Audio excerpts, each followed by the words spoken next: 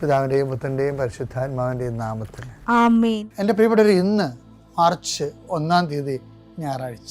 അമ്മേ പരിശുദ്ധ അമ്മേ, അമ്മേ പരിശുദ്ധമേ, ദൈവമാതാവേ, കൃപാസനത്തിലൂടെ ഞങ്ങൾക്കും ഞങ്ങളുടെ ദേശത്തിനും അമ്മ മധ്യസ്ഥം തേടി തന്ന എല്ലാ അനുഗ്രഹങ്ങൾക്കും കൃപകൾക്കും ഞങ്ങളിപ്പോൾ ഹൃദയം നിറഞ്ഞ നന്ദി പറയുന്നു. അമ്മേ പരിശുദ്ധമേ, ദൈവമാതാവേ, 2004 ഡിസംബർ 7 ഉച്ചകഴിഞ്ഞ് 2:30 കൃപാസനത്തിൽ സംഭവിച്ച അമ്മയുടെ പ്രത്യക്ഷപ്പെടലിനെ കുറിച്ച് തിരുസഭയ്ക്ക് സമർപ്പിച്ചിരിക്കുന്ന പഠനരേഖകളുടെ മേൽ സഭാത്മകമായ പഠനം ആരംഭിക്കുവാൻ ഞങ്ങൾ പ്രാർത്ഥിക്കുന്നു. അമ്മേ പരിശുദ്ധമേ, ഭൂസ്വർലോകങ്ങളുടെ രാജ്ഞിയായ അങ്ങേയ്ക്ക് ഭൗമസംരക്ഷണത്തിനായി പ്രപഞ്ചപ്രകൃതിയെ തന്നെ തിരുസഭ പ്രതിഷ്ഠിക്കുവാൻ ഈ പ്രത്യക്ഷീകരണം വഴി ഇടയാക്കണമേ. പരിശുദ്ധമേ, ജപമാല മാതാവേ, സകല കൃപാസനം പ്രാർത്ഥനയോടും ചേർത്ത് ഞങ്ങളിപ്പോൾ പ്രാർത്ഥിക്കുന്ന ഈ കുടുംബത്തിന്റെ പ്രത്യേക നിയോഗം പറ മക്കളെ.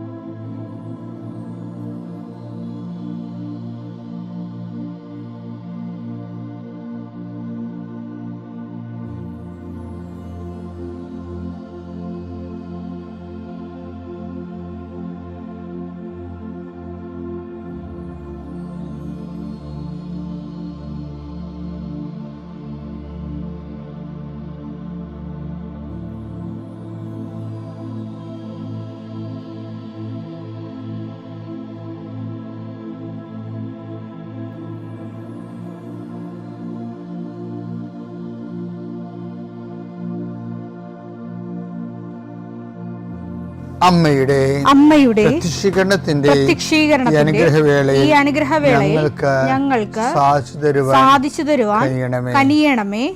ആമേൻ. വിശ്വാസ പ്രമാണം. സർവശക്തനായ പിതാവും ആകാശത്തിന്റെയും ഭൂമിയുടെയും സൃഷ്ടാവുമായ ദൈവത്തിൽ ഞാൻ വിശ്വസിക്കുന്നു. അവിടുത്തെ ഏകപുത്രനും ഞങ്ങളുടെ കർത്താവുമായ ഈശോമിശിഹായിലും ഞാൻ വിശ്വസിക്കുന്നു. ഈ പുത്രൻ പരിശുദ്ധാത്മാവിനാൽ ഗർഭസ്ഥനായി കന്യകാമറിയത്തിൽ നിന്ന് പിറന്ന് പൊന്തിയോസ് പീലാത്തോസിന്റെ കാലത്ത് പീഡകൾ സഹിച്ച് കുരിശിൽ തറയ്ക്കപ്പെട്ട് മരിച്ച് അടക്കപ്പെട്ട് പാതാളങ്ങളിൽ ഇറങ്ങി മരിച്ചവരുടെ ഇടയിൽ നിന്ന് 3-ാം നാൾ ഉയർത്ത് സ്വർഗത്തിലേക്ക് എഴുന്നള്ളി സർവശക്തിയുള്ള പിതാവായ ദൈവത്തിന്റെ വലതുഭാഗത്തിരിക്കുന്നു. അവിടെ നിന്ന് ജീവിക്കുന്നവരെയും മരിച്ചവരെയും വിധിക്കുവാൻ വരുമെന്നും ഞാൻ വിശ്വസിക്കുന്നു. പരിശുദ്ധാത്മാവിലും ഞാൻ വിശ്വസിക്കുന്നു. വിശുദ്ധ കത്തോലിക്കാ സഭയിലും പുണ്യവാന്മാരുടെ ഐക്യത്തിലും പാപങ്ങളുടെ മോചനത്തിലും ശരീരത്തിന്റെ ഉയർപ്പിലും നിത്യമായ ജീവിതത്തിലും ഞാൻ വിശ്വസിക്കുന്നു. ആമേൻ. സുഖസ്ഥനായ ഞങ്ങളുടെ പിതാവേ, അങ്ങയുടെ നാമം പൂജിതമാകണമേ. അങ്ങയുടെ രാജ്യം വരണമേ. അങ്ങയുടെ തിരുമനസ് സ്വർഗത്തിലെ പോലെ ഭൂമിയിലും ആകണമേ. അന്നു വേണ്ടുന്ന ആഹാരം ഇന്ന് ഞങ്ങൾക്ക് തരണമേ. ഞങ്ങളോട് തെറ്റ് ചെയ്യുന്നവരോട് ഞങ്ങൾ ക്ഷമിക്കുന്നത് പോലെ ഞങ്ങളുടെ തെറ്റുകൾ ഞങ്ങളോടും ക്ഷമിക്കണമേ. ഞങ്ങളെ പ്രലോഭനത്തിൽ ഉൾപ്പെടുത്തരുതേ, തിന്മയിൽ ഞങ്ങൾ രക്ഷിക്കണമേ. ആമേൻ. നന്മ നിറഞ്ഞ മറിയമേ, സ്വസ്തി. കർത്താവ് അങ്ങയുടെ കൂടെ സ്ത്രീകളിൽ അങ്ങ് അനുഗ്രഹിക്കപ്പെട്ടവളാകുന്നു. അങ്ങയുടെ ഉദരത്തിൻ ഫലമായി ഈശോ അനുഗ്രഹിക്കപ്പെട്ടവനാകുന്നു. പരിശുദ്ധ മറിയമേ, തമ്പുരാന്റെ അമ്മേ, പാപികളായ ഞങ്ങൾക്ക് വേണ്ടി ഇപ്പോഴും ഞങ്ങളുടെ മരണസമയത്തും തമ്പുരാനോട് അപേക്ഷിക്കണമേ. ആമേൻ. കർത്താവേ, നിന്റെ ഉന്നതമായ നാമത്തിന് സ്തോത്രം ചെയ്യുന്നു. കർത്താവേ, നിന്റെ വിശുദ്ധ പൗരോഹിത്യത്തെ മഹത്വപ്പെടുത്തണമേ. കർത്താവേ, സഭയിലുള്ള സാന്നിധ്യം പ്രകടമാക്കണമേ. 40 വർഷം ഞാൻ അർപ്പിച്ച കൃപാനയുടെ യോഗ്യതയാണ്. കൃപാസ്ഥാനത്താറെ ജീവനോടെ പ്രത്യക്ഷപ്പെട്ട പരിശുദ്ധ അമ്മയുടെ മാധ്യസ്ഥത്തിൽ ഈ പ്രാർത്ഥന പ്രതീക്ഷിച്ചുകൊണ്ട് ലോകം മുഴുവനും വിവിധ സ്ഥലങ്ങളിൽ ജാഗ്രതയോടെ ഇരിക്കുന്ന ഓരോ മകൻ്റെ മേലും മകളുടെ മേലും കർത്താവേ, നിന്റെ തിരുമുറിവാർന്ന വലതുകരം ആണിപ്പെടുന്ന അത്ഭുതകരം വെക്കണമെന്ന് പ്രാർത്ഥിക്കുന്നു. കർത്താവെ, മനസ്സ് വേദനിക്കുന്ന എല്ലാ വിഷയങ്ങളും, അവരുടെ മനസ്സ് വേദനിപ്പിക്കുന്ന എല്ലാ വ്യക്തികളും ഇപ്പോഴും ഈശോയുടെ നാമം നിർവീര്യമാകട്ടെ. കർത്താവെ, മനസ്സ് വിഷമിപ്പിക്കുന്ന സാഹചര്യങ്ങൾ, ചെയ്തെടുക്കേണ്ട ഉത്തരവാദിത്തങ്ങൾ, മറ്റുള്ളവർ നമ്മളെ പഴി പറയാൻ സാധ്യതയുള്ള എല്ലാ വിഷയത്തിൻ്റെ മേലും കർത്താവിൻ്റെ കരുണ ചൊരിയുകയും നിങ്ങളെ കർത്താവ് ഇന്ന് നിലനിർത്തി തരികയും ചെയ്യട്ടെ. നിങ്ങൾ പോകുന്ന വഴികൾ, കണ്ടുമുട്ടുന്ന വ്യക്തികൾ, ചെയ്യുന്ന കാര്യങ്ങൾ, യാത്ര ചെയ്യുന്ന വാഹനങ്ങൾ, ഒപ്പിടുന്ന പേപ്പറുകൾ, കൈമാറുന്ന രേഖകൾ, കഴിക്കുന്ന മരുന്ന് എല്ലാം മാതാവിൻ്റെ മധ്യസ്ഥതയിൽ യേശുനാമത്തിൽ അനുഗ്രഹിക്കപ്പെടുകയും നീ ദൈവത്തെ അനുഭവിക്കാൻ ഇന്ന് നിന്നെ സഹായിക്കുകയും ചെയ്യട്ടെ. നിത്യം പിതാവും പുത്രനും പരിശുദ്ധാത്മാവിനെ നീക്കുവാണ്. എൻ്റെ പ്രിയപ്പെട്ടവരെ, ഞാൻ കഴിഞ്ഞ ദിവസം പറഞ്ഞില്ലേ, ഞാൻ സിംഗപ്പൂർ ധ്യാനിപ്പിക്കാൻ പോയെന്നാണ്. അപ്പോൾ നേരത്തെ 3-ാം ദിവസം ആരാധന നടന്ന സമയത്ത് കർത്താവ് എന്നോട് പറഞ്ഞു, എമ്മാവുസിൽ എല്ലാവരും കുർബാന സ്വീകരിച്ചേ. എവരിബഡി ലാസ്റ്റ് നിമിഷം എല്ലാവരും കുർബാന സ്വീകരിച്ച് കഴിഞ്ഞപ്പോൾ ഞാൻ കുർബാന സ്വീകരിച്ചതിൻ്റെ ഒരു അന്തരീക്ഷത്തിലും ആ അഭിഷേകത്തിലും കർത്താവ് എന്നോട് ഒരു പ്രാർത്ഥന തന്നെനിക്ക്. അത് എമ്മാവുസ് ശിഷ്യന്മാരെ അനുബന്ധിച്ച് നടന്ന വലിയ ആധ്യാത്മിക അനുഭവമാണ്. അത് ലൂക്ക 24:29.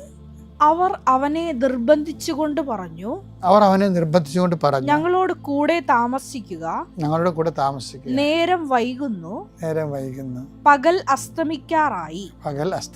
അവൻ അവരോടുകൂടെ താമസിക്കുവാൻ കയറി. ഇത് ആ സമയത്ത് പറഞ്ഞപ്പോഴേ ഈശോ പറഞ്ഞത്, നേരം വൈകുന്ന കുറേ മനുഷ്യരുണ്ട് ഇവിടെ PR കിട്ടാനേ. 30 വർഷമൊക്കെ PR കിട്ടാത്തവരുണ്ട്, പെർമനന്റ് റെസിഡൻസ്. വിവാഹം ഒത്തുവരാത്ത മനുഷ്യരുണ്ട്, 10-33 വയസ്സായിട്ടും ജീവിത പങ്കാളില്ലാത്തവർ, മക്കളില്ലാത്തവരുണ്ട്. അവർക്ക് നേരം വൈകുന്നുണ്ട്. 8 കൊല്ലവും 9 കൊല്ലമായിട്ടും മക്കളില്ല അവർക്ക്. 10 കൊല്ലമായിട്ട് ജോലി കിട്ടാത്തവർ ഞാൻ അവിടെ കണ്ടു. നേരം വൈകുന്നു. അപ്പം ഇങ്ങനെ ജീവിതത്തിൻ്റെ നിർണായകമായ ഘട്ടങ്ങൾക്ക് നേരം വൈകുമ്പോൾ നമുക്ക് പ്രാർത്ഥിക്കാൻ പറ്റിയ ഏറ്റവും വലിയ പ്രാർത്ഥനയാണത്. ലൂക്ക 24:29. അവർ അവനെ നിർബന്ധിച്ചു. പണ്ട് കർത്താവാണ് നമ്മളെ നിർബന്ധിച്ചത്. ഓർക്കുന്നുണ്ടോ? ഈശോ അപ്പോസ്തലന്മാരെ നിർബന്ധിക്കുന്നൊരു ഭാഗമുണ്ട്. ഞാനീ പന്തിയിൽ നേരത്തെ പറഞ്ഞിട്ടുള്ളതാണ്. മറുകരയ്ക്ക് പോകാൻ അപ്പോസ്തലന്മാരെ നിർബന്ധിച്ചു എന്ന്. അതൊരു പരിചരണമായിരുന്നു. രാത്രി കൊടുങ്കാറ്റൊക്കെ ഉണ്ടായിരുന്നു. അപ്പോൾ കർത്താവ് കടലമീതെ ചെന്ന് അതാണ് അവർ ചോദിക്കുന്നത്, ഇവൻ ആരാണെന്നൊക്കെ ചോദിക്കണില്ലേ. അപ്പോൾ അതുപോലെ ചില നിർബന്ധങ്ങൾ ദൈവത്തോട് നമുക്കും ആകാവുന്നുള്ളതാണ് ആ സുവിശേഷം അവസാനിക്കുമ്പോൾ പറയുന്നത്. എന്താ പറയണത്? ലൂക്ക പറയണത്, നേരം വൈകുന്നു, അവൻ ഞങ്ങളോടൊത്ത് വസിക്കാൻ, ഞങ്ങളോട് താമസിക്കുക എന്ന് പറഞ്ഞുകൊണ്ട് അവരവനെ നിർബന്ധിച്ചു.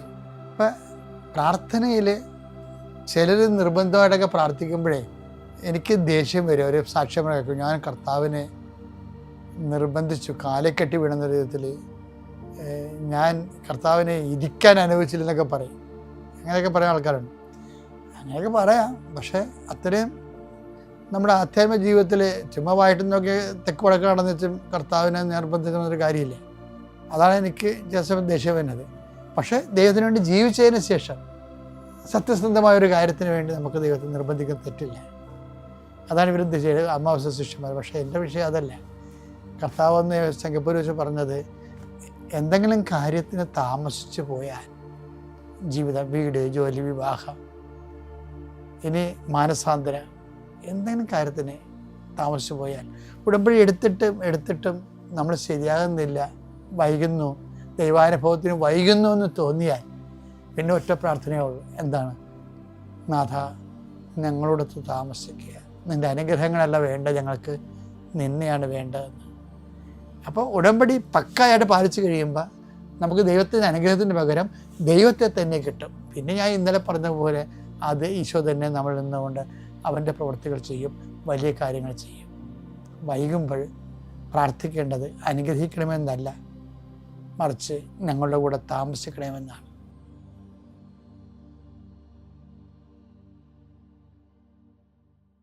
അത്യപൂർവ ദൈവാനുഭവങ്ങൾ ഇനി നിങ്ങൾക്കും സ്വന്തം. ഈ യൂട്യൂബ് ചാനൽ ഇതുവരെ സബ്സ്ക്രൈബ് ചെയ്തിട്ടില്ലെങ്കിൽ ഇപ്പോൾ തന്നെ സബ്സ്ക്രൈബ് ചെയ്യുക. ഈ വീഡിയോ ഇപ്പോൾ തന്നെ നിങ്ങളുടെ സുഹൃത്തുക്കൾക്ക് ഷെയർ ചെയ്തുകൊണ്ട് കർത്താവിൻ്റെ പ്രേക്ഷിതരാകുക.